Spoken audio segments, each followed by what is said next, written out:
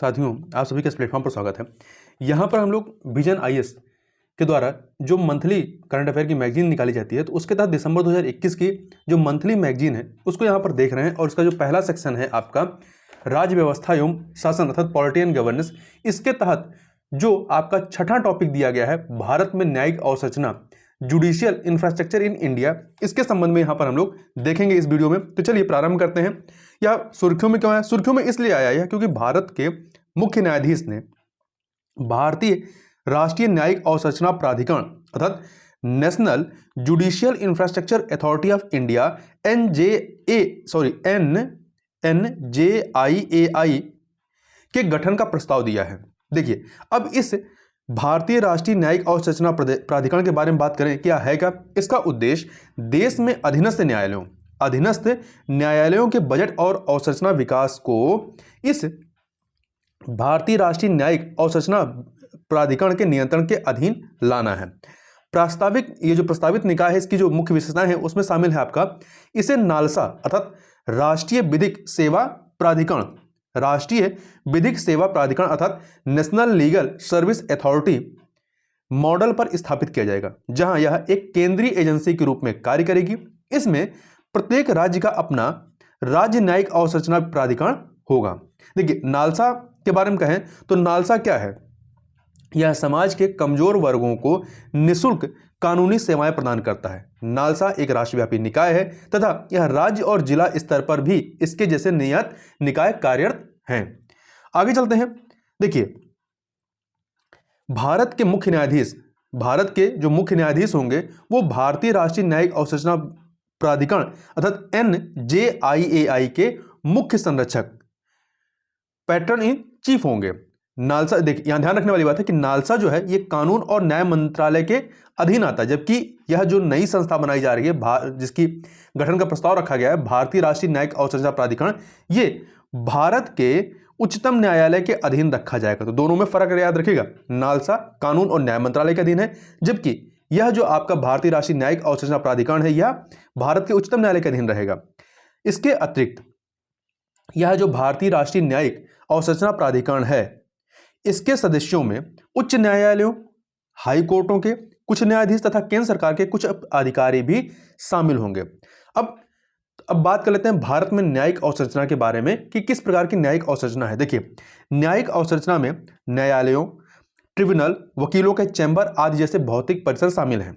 इसमें समय पर न्याय सुनिश्चित करने के लिए सभी आवश्यक संसाधनों की उपलब्धता के साथ साथ डिजिटल और मानव संसाधन अवसंरचना भी, इंफ्रास्ट्रक्चर भी शामिल है।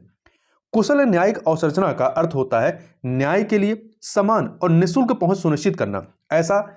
ऐसी कुशल न्यायिक अवसंरचना को बाधा रहित तथा नागरिक अनुकूल परिवेश के माध्यम से हासिल किया जा सकता है। वर्तमान में न्यायपालिका के लिए अवसंरचनात्मक सुविधाओं के विकास का प्राथमिक उत्तरदायित्व किसके पास है? राज्य सरकारों का है। जब यह जो नया प्राधिकरण गठित करने की जो मांग की जा रही है, जब उसका गठन हो जाएगा तो ये सारी जिम्मेदारी उसकी हो जाएगी। केंद्र सरकार न्यायिक अवसंरचना के विकास के लिए केंद्र प्रायोजित योजना के तहत वित्तीय सहायता जारी करके राज्य सरकारों के संसाधनों में वृद्धि करती है। अब प्रश्न उठता है कि न्यायिक अवसंरचना में ऐसे सुधारों की आवश्यकता क्यों है? तो देखिए, देश में न्यायिक अवसंरचना की खराब स्थिति, इसका एक बहुत बड़ा रीजन है।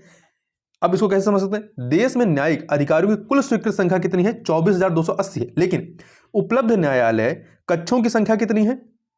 वो है आपकी 20,143, जिसमें से 720 किराए के हॉल शामिल हैं। इसके अतिरिक्त 26% न्यायालयों या न्यायालय परिसरों में अलग से महिला शौचालयों की व्यवस्था नहीं है। इसके अतिरिक्त केवल 32% अदालत कक्षों में अलग रिकॉर्ड रूम तथा केवल 51% न्यायालय परिसरों में लाइब्रेरी है। दूसरा कारण क्या है? पर्याप्त न्यायिक अवसंरचना और न्याय वितरण में कुशलता के बीच सकारात्मक संबंध होता है। देखिए, न्यायाधीशों, वकीलों और न्यायिक अधिकारियों के लिए पर्याप्त और गुणवत्तापूर्ण न्यायिक अवसंरचना मूलभूत शर्त है ताकि वे न्याय प्रदान करते हुए अपनी जिम्मेदारियों का कुशलतापूर्वक निभा सकें या निर्वहन कर सकें। यहां ध्यान रखिए कि NMJDLR अर्थात national mission for justice delivery and legal reform के अनुसार न्यायिक मामलों में देरी और लंबित मामलों को कम करने के लिए पर्याप्त न्यायिक अवसंरचना एक पूर्व शर्त है। गौरतलब है कि वर्तमान में लंबित मामलों की संख्या कितनी है, लगभग 3.3 करोड़ है। अन्य चीजों की देखें तो तीसरा रीजन क्या बता सकते हैं, सरकार के डिजिटलीकरण कार्यक्रम में सुधार। देखिए, इसके लिए भी अवसंरचना विकास पर सुधार की आवश्यकता है। कोविड-19 महामारी तथा डिजिटल मोड पर अधिक बल देने के कारण देश में न्यायिक अवसंरचना का आधुनिकीकरण और भी महत्वपूर्ण हो जाता है। वर्तमान में 73% अदालत कक्षों में वीडियो कॉन्फ्रेंसिंग की सुविधा है ही नहीं है। चौथा पॉइंट देखते हैं, उत्तरदायित्व की कमी के संदर्भ में। देखिए, वर्तमान में न्यायिक अवसंरचना को बढ़ावा देने के उद्देश्य से एक समर्पित विशिष्ट प्रयोजन साधन का अभाव है, जिसे इंग्लिश में आप क्या कह सकते हैं, स्पेशल पर्पज व्हीकल का अभाव है। ऐसे में कोई भी अवसंरचनात्मक परियोजनाओं की जिम्मेदारी लेने को तैयार नहीं है। अधिकांश जिला न्यायाधीश अस्थायी नियुक्तियों और बार बार होने वाले तबादलों के कारण विकास परियोजनाओं को सख्ती से पालन या सख्ती से आगे नहीं बढ़ाते हैं। यहाँ ध्यान देने वाली बात है कि जिला न्यायाधीश जो हैं ये ट्रायल कोर्ट के प्रमुख होते हैं। इस फैक्ट को याद रखिएगा। इसके अतिरिक्त जो अगला पॉइंट है, पांचवा पॉइंट, निधि का कम उपयोग होना। देखिए, कुछ राज्य केंद्रीय क्षेत्र की योजनाओं के तहत आवंटित निधि को गैर न्यायिक उद्देश्यों में लगा देते हैं। केंद्रीय क्षेत्र की योजना के तहत वर्ष 2019-20 में स्वीकृत कुल 981.98 करोड़ रुपए से 5 राज्यों द्वारा संयुक्त रूप से केवल 84.9 करोड़ का उपयोग किया गया था और शेष 91.36% धनराशि अप्रयुक्त रह गई। इसके अतिरिक्त छठा मुद्दा है कार्यान्वयन संबंधी मुद्दा। इस उद्देश्य के लिए एक समर्पित एजेंसी की कमी के कारण न्यायिक अवसंरचना सुधार तथा रखरखाव का कार्य अभी भी अनौपचारिक और अनियोजित तरीके से किया जा रहा है। तो ये कुछ ऐसे पॉइंट हैं जिसकी वजह से बताया जा सकता है कि न्यायिक अवसंरचना में सुधारों की आवश्यकता या ऐसे सुधारों की आवश्यकता क्यों है। देखिए, न्यायिक अवसंरचना में सुधार के लिए अन्य सुधारों की आवश्यकता है। कौन से सुधारों की, इसकी बात कर लेते हैं। पहला, न्यायिक शाखा के लिए बजटीय आवंटन में वृद्धि करना।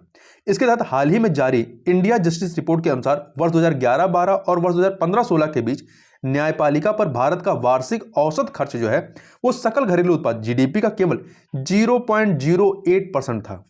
दूसरा, प्रशासनिक कार्य को किसी और को सौंपना। वर्तमान में न्यायपालिका के प्रशासनिक कार्य ज्यादातर न्यायालयों की संबंधित रजिस्ट्रियों को सौंपे जाते हैं। इसके अतिरिक्त देखें, यूनाइटेड किंगडम, संयुक्त राज्य अमेरिका और कनाडा जैसे देशों में अवसंरचनात्मक तथा वित्तीय संसाधनों के साथ साथ न्यायालयों और ट्रिब्यूनल के प्रशासनिक कार्यों को एक अलग पेशेवर एजेंसी द्वारा सहायता दी जाती है। वहीं अगला पॉइंट है बाधा रहित पहुंच सुनिश्चित करना।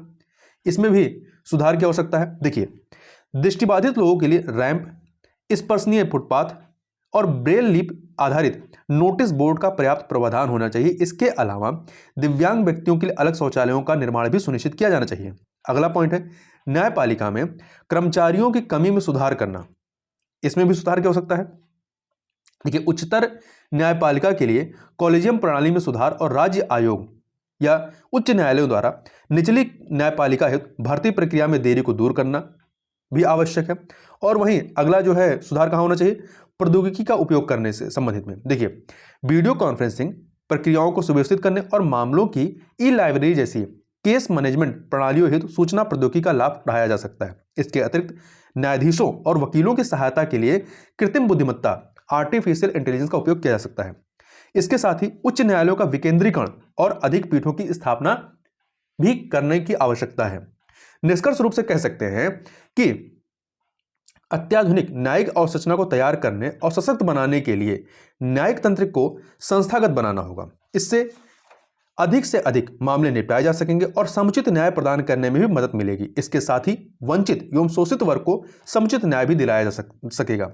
अब यहां पर एक बार हम थोड़ा सा देख लेते हैं न्यायपालिका हेतु अवसंरचना सुविधाओं के विकास के लिए जो केंद्रीय क्षेत्र की योजना है उसके बारे में। देखिए, इसका उद्देश्य सभी राज्यों, संघ शासित प्रदेशों में न्यायिक अधिकारियों के लिए न्यायालय भवनों और आवासीय घरों के निर्माण में राज्य सरकार की सहायता करना है। हाल ही में केंद्र सरकार ने इस योजना को वर्ष 2021 से वर्ष 2026 तक की अवधि के लिए बढ़ा दिया है। ध्यान रखिएगा, 2021 से 2026 तक के लिए बढ़ा दिया गया है। इस योजना के तहत दी जाने वाली सहायता में न्याय प्राधिकारी और विधिक सुधार के लिए राष्ट्रीय मिशन अर्थात मिशन के तहत या राष्ट्रीय मिशन के एक भाग के रूप में ग्राम न्यायालय योजना के कार्यान्वयन के लिए भी निधि शामिल है। भारत में या भारत के ग्रामीण क्षेत्रों में न्याय प्रणाली की त्वरित और आसान पहुंच के लिए ग्राम न्यायालय अधिनियम 2008 के तहत ग्राम न्यायालय स्थापित किए गए हैं। इसके तहत प्रणालीगत विलंब और लंबित मामलों को कम करने हेतु न्याय तक पहुंच बढ़ाने के लिए NMJDLR अर्थात national mission for justice delivery and legal reform को वर्ष 2011 में स्थापित किया गया था। अब यहां थोड़ा देखते हैं न्यायिक अवसंरचना में सुधार के लिए सरकार द्वारा उठाए गए अन्य कदमों की। तो इसमें पहला है जिला और अधीनस्थ न्यायालयों को सूचना और संचार प्रौद्योगिकी में सक्षम बनाने के लिए ई कोर्ट मिशन मोड परियोजना प्रारंभ की गई है। फास्ट ट्रैक विशेष न्यायालय योजना लाई गई है। ग्राम न्यायालय ऑनलाइन पोर्टल का आरंभ हुआ तथा डेटा तैयारी का आकलन करने के लिए डेटा गवर्नेंस क्वालिटी इंडेक्स भी लाया गया है। तो ये कुछ चीजें थी जिससे भारत में न्यायिक अवसंरचना के बारे में हमें चीजें पता चलती हैं। तो इस वीडियो में बस इतना ही, मिलते हैं नेक्स्ट वीडियो में, तब तक के लिए बहुत बहुत धन्यवाद।